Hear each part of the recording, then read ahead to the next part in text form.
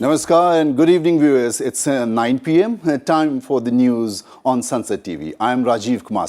First up, the headlines we are tracking this evening. India-France agree to set up Indo-Pacific trilateral development cooperation. External Affairs Minister S. Jaishankar holds talks with French counterpart. Union Cabinet approves signing of guarantees for FIFA Under-17 Women's World Cup, passes resolution to add many tribal communities of 5 states in scheduled tribe list.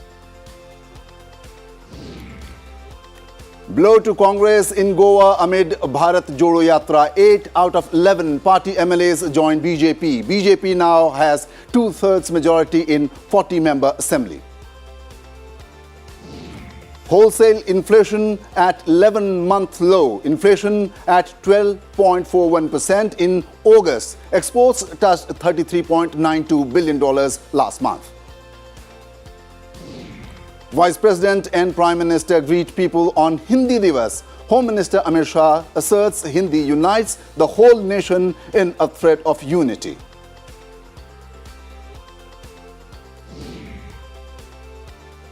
A quick look now at some other speed news. India launches a joint white paper on urban wastewater scenario in India with Denmark in Copenhagen. Raktadaan Amrit Mahotsav to start from 17th September. Health Minister Mandavia urges people to register for blood donation on Arogya Setu app. Niti Aayog hosts the first Shunya Forum to commemorate the first anniversary of India's zero pollution e-mobility campaign. India working on inclusive growth model with a focus on both organized and unorganized workers, says Labour Minister Bhupendra Yadav. Over 190,000 TB patients adopted within 5 days of launch of Nikshay 2.0 under PM TB Mukt Bharat Abhiyan. Delhi High Court gives BJP leader Subramanian Swamy 6 weeks to vacate government accommodation. Centre removes 26 medicines including antacid ranitidine from essential medicines list. Kenneth Starr, prosecutor in former US President Bill Clinton's impeachment, dies at the age of 76. European Union's General Court upholds antitrust ruling against Google's parent company Alphabet but reduces fine to 4.125 billion euros. And Virat Kohli jumps 14 spots to 15th position in latest ICC T20 international batting rankings after fine show in Asia Cup.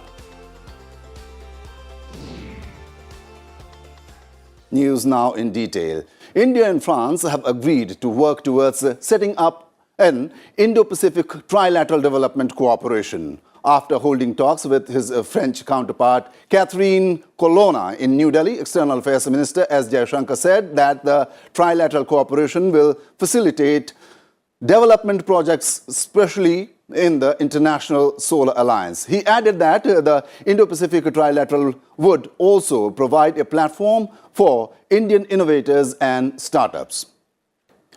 Addressing a joint press conference, Jaishankar said that the discussion covered Ukraine conflict, tensions in the Indo-Pacific, impact of the COVID pandemic, developments in Afghanistan, and joint comprehensive plan of action. S. Jaishankar further said that in the next 3 years, 20,000 Indian students will get the opportunity to study in France.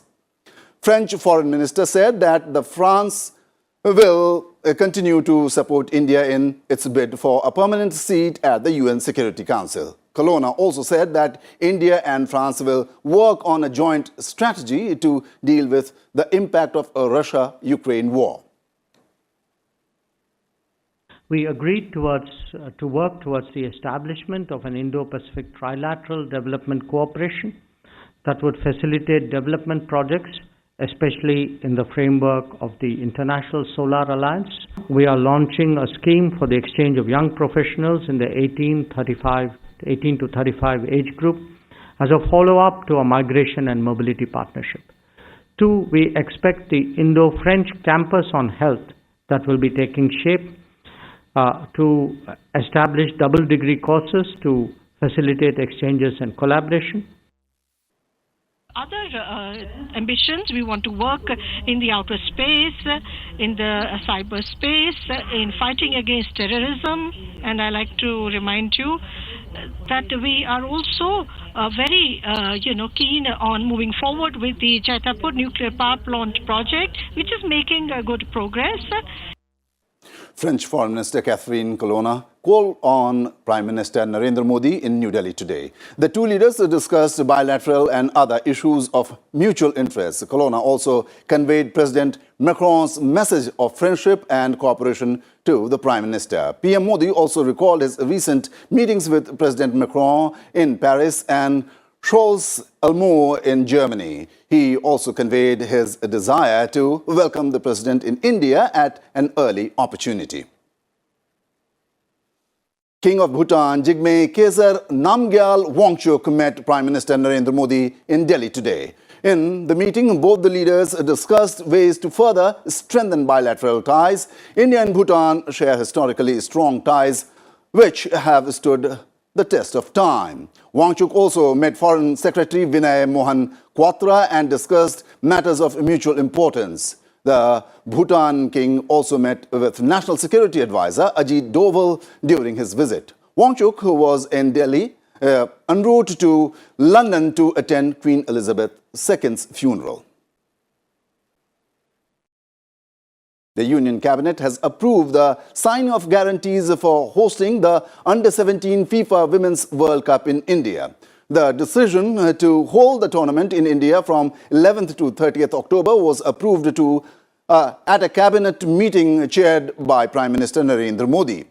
Sports Minister Anurag Thakur said rupees 60 crore will be spent for hosting the tournament that will see participation of 16 teams including India. The FIFA Under-17 Women's World Cup is expected to encourage more youngsters to participate in sports and help develop the sport of football in India.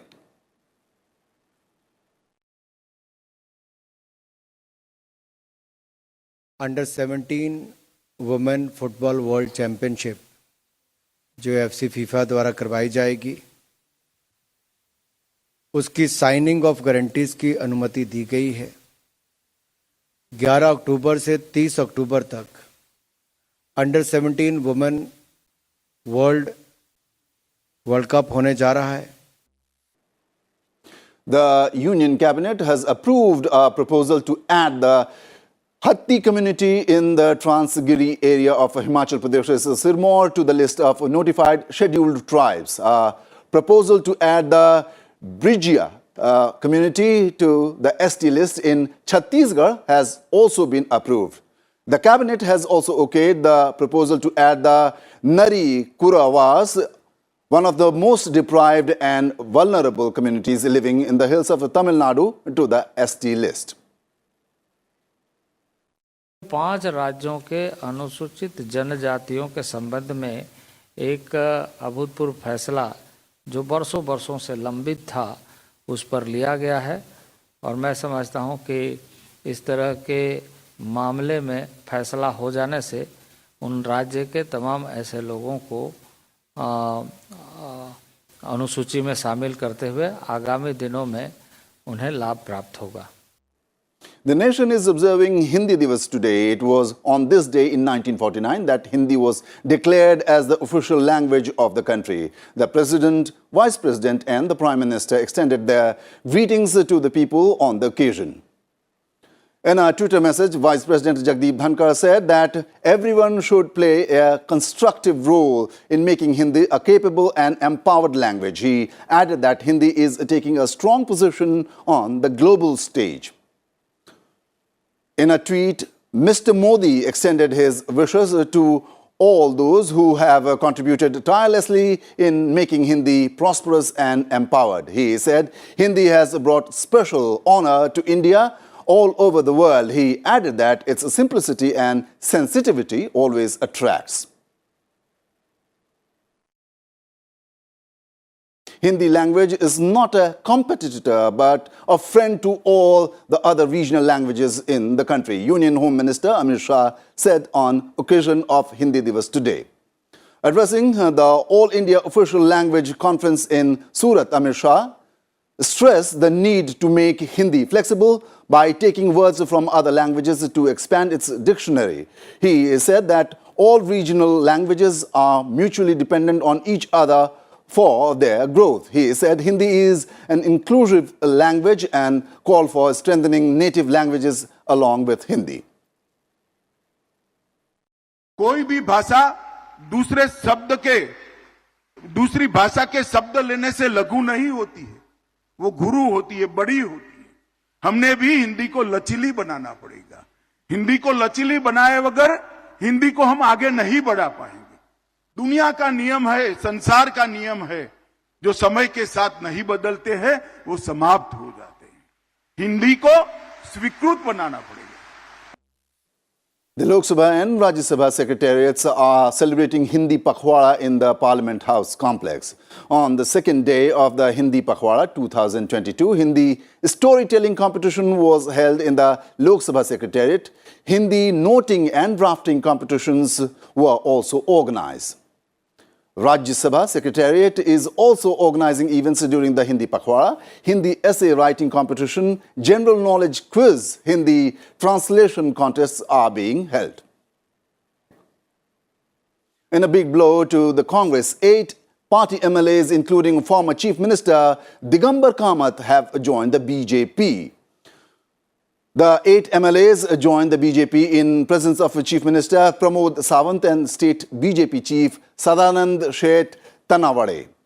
With this, the Congress party is now left with just 3 MLAs in the 40-member State Assembly. In a similar move, in July 2019, 10 Congress MLAs had switched over to the BJP in Goa. The move has come as a setback to the Congress. Wholesale price inflation declined for the third straight month to 12.41% in August on softening prices of manufactured products. However, prices of food items have shown an increase. Inflation based on WPI, that is Wholesale Price Index, was 13.93% in July. It was 11.64% in August last year. Food inflation rose to 12.37% in August, while the price rise in fuel and power stood at 33.67% in August as against 43.75% in the previous month. Manufactured product prices showed an increase of 7.51%. Wholesale inflation was in double digits for the 17th month in a row since last April. India's exports grew 1.62% to $33.92 billion in August. During April to August 2022-23, exports grew by 17.68% to $193.51 billion. In the first 5 months of the current fiscal, imports grew by 45.74% to $318 billion. The trade deficit widened to $124.52 billion during April-August in the current fiscal. Now, let us take a look at more news from across the nation. President Draupadi Murmu will represent India at the state funeral of Queen Elizabeth II in London on September 19th. Murmu will be visiting London from September 17th to 19th to offer condolences on behalf of Government of India. Queen Elizabeth, the former head of the state of the UK and head of the Commonwealth of Nations, passed away on September 8th. Vice President Jagdeep Dhankar has said that India's outlook in history has never been expansionist, delivering a lecture on India's core values, interests and objectives at the National Defence College, Delhi. The Vice President said that many of our core elements are mentioned in the preamble of the Constitution of India.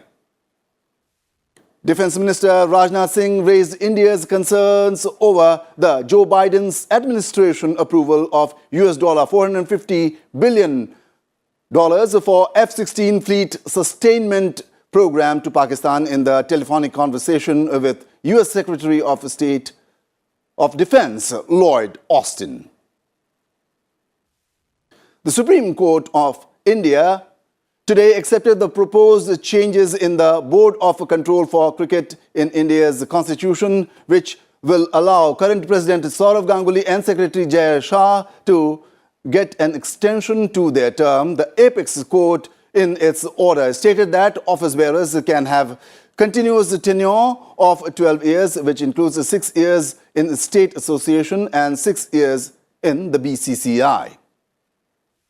Gujarat's anti-terrorist squad ATS, in a joint operation with the Indian Coast Guard, has seized 40 kg heroin worth rupees 200 crore from a Pakistani fishing boat in the Arabian Sea off the Gujarat coast. The fishing boat carrying drugs was intercepted mid-sea near Jakhau Harbour in Kutch district. 10 people died and 28 more were injured when an overcrowded minibus plunged into a deep gorge in Jammu and Kashmir's Poonch district today. The bus was on its way to Poonch from Gali Maidan when it met with the accident near Brari Nalla in the border belt of Saujian around 8:30 a.m., said officials. Time for a break here in the bulletin. Lots more coming up on the other side.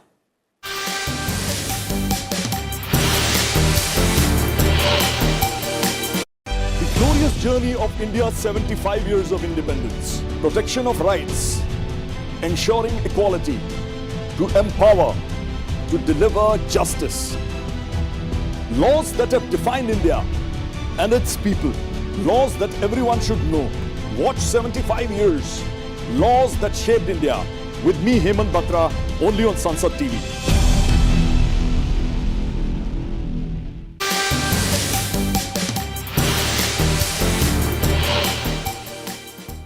Welcome back to the news.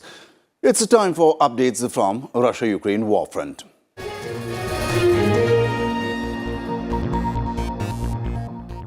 Ukraine says its forces have recaptured huge swath of territory, forcing the Russian troops to retreat. Ukrainian president said on Tuesday night that Ukraine is in full control of more than 4,000 square kilometers of territory recaptured from Russian forces. He added that their forces are stabilizing another 4,000 square kilometers.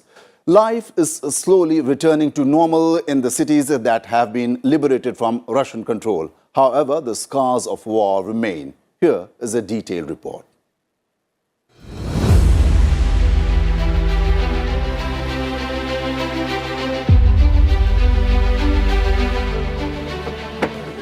The Ukrainian city of Izium in Kharkiv is now liberated from the Russian control. But almost every building there carries the scars of battle. With Russian forces gone, locals now feel safe enough to venture outside. However, across Izium, Russians have left equipment and weapons. The Ukrainian soldiers are referring to their capture of abandoned weaponry and equipment as Russian Lend-Lease, joking that Moscow is an even bigger contributor than the United States to their arsenal. Locals in the liberated town of Balaklia crowded around a lorry carrying relief supplies, desperate to stock up. Balaklia was occupied from March until last week, when it was liberated during the Ukrainian counter-offensive in the eastern Kharkiv region. Since the Russian pullback, life in the town of 25,000 is slowly returning to normalcy, with people stepping out of their homes without fearing for their lives. On Tuesday, regional police alleged that Russian troops set up a torture chamber at the local police station in Balaklia, where they always kept at least 40 people captive. In the liberated Ukrainian village of Kharakov near Kharkiv, the Russian forces have left devastation in their wake. Its houses and shops lie in ruins. Its school, a bombed-out shell. The church is also scarred by rockets and artillery. Only about 30 people remain of the village's pre-war population of about 1,000. The authorities have warned the residents of mines and booby traps in the weeds. Russian forces occupied this small village for 6 months before suddenly abandoning it around the 9th of September. The Ukrainian counterattack has dealt a heavy blow to Russia. It began in the final days of August and initially focused on the southern region of Kherson. Just as Moscow refocused its troops there, Ukraine launched another highly effective offensive in northeastern Ukraine near Kharkiv, forcing the Russian retreat. Bureau Report, Sansad TV. Here are today's global updates.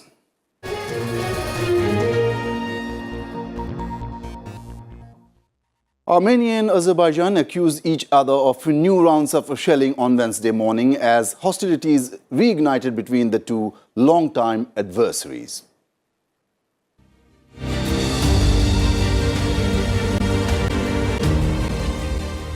Fighting on the border between Armenia and Azerbaijan erupted on Tuesday, killing about 100 troops. Armenia said at least 49 of its soldiers were killed. Azerbaijan said it lost 50. The two countries have been locked in decades-old conflict over Nagorno-Karabakh, which is part of Azerbaijan but has been under the control of ethnic forces backed by Armenia since a separatist war there ended in 1994. Azerbaijan reclaimed broad swaths of Nagorno-Karabakh in a 6-week war in 2020 that killed more than 6,600 people and ended with the Russia-brokered peace deal. Moscow deployed about 2,000 troops to the region to serve as peacekeepers under the deal. The Russian Foreign Ministry on Tuesday urged both parties to refrain from further escalation and show restraint. Russia has strong economic and security ties with Armenia, which hosts a Russian military base. The international community also urged calm. The Armenian government said it would officially ask Russia for assistance under a friendship treaty between the countries and also appeal to the United Nations and the Collective Security Treaty Organization, a Moscow-dominated security alliance of ex-Soviet nations. Bureau Report, Sansad TV. And now in the world briefs. King Charles arrived at Buckingham Palace on Wednesday ahead of a solemn procession in which Queen Elizabeth's coffin is to be taken from Buckingham Palace to lie in the state in Parliament. After the Queen's death last week at her summer home of Balmoral Castle in Scotland, her coffin was taken to Edinburgh for a series of poignant ceremonies. It was then flown to London late on Tuesday.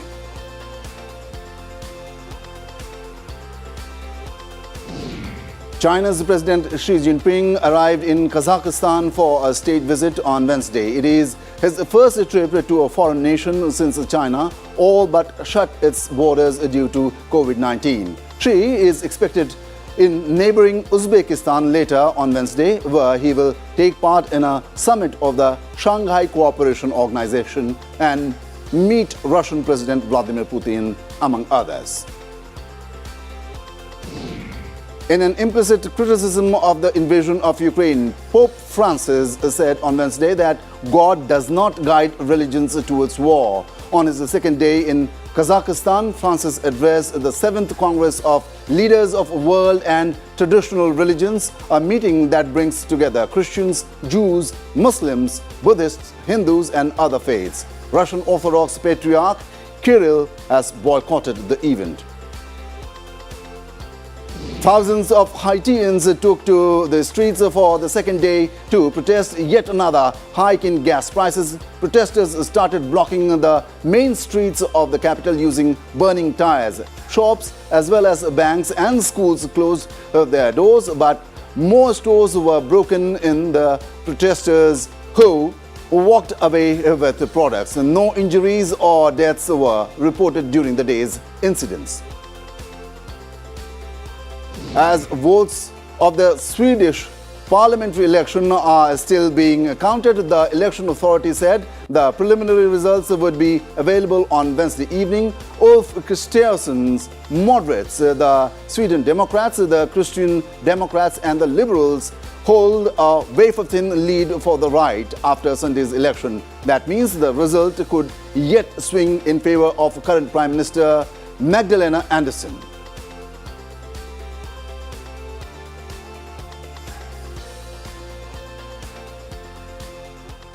A look now at some sports stories. Opener Smriti Mandhana hit a stroke-filled unbeaten 79 after off-spinner Sneh Rana snared 3 wickets to hand Indian women a comprehensive 8-wicket win over England in the second T20 international and levelled the series 1-1. Australia will miss the services of Mitchell Marsh, Mitchell Starc and Marcus Stoinis in the 3-match T20 international tour of India after the trio was ruled out for the series due to injuries. Goals from Lucas Hernandez and Leroy Sane won it for Bayern Munich in UEFA Champions League versus Barcelona. Lewandowski, among several Barcelona players to rue missed chances.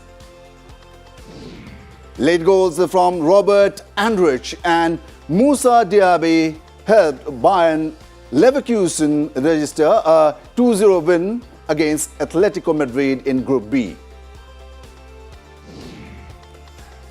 Joel Matip scored the winner in the 89th minute as Liverpool bet Ajax 2-1 to register their first Champions League win of the season.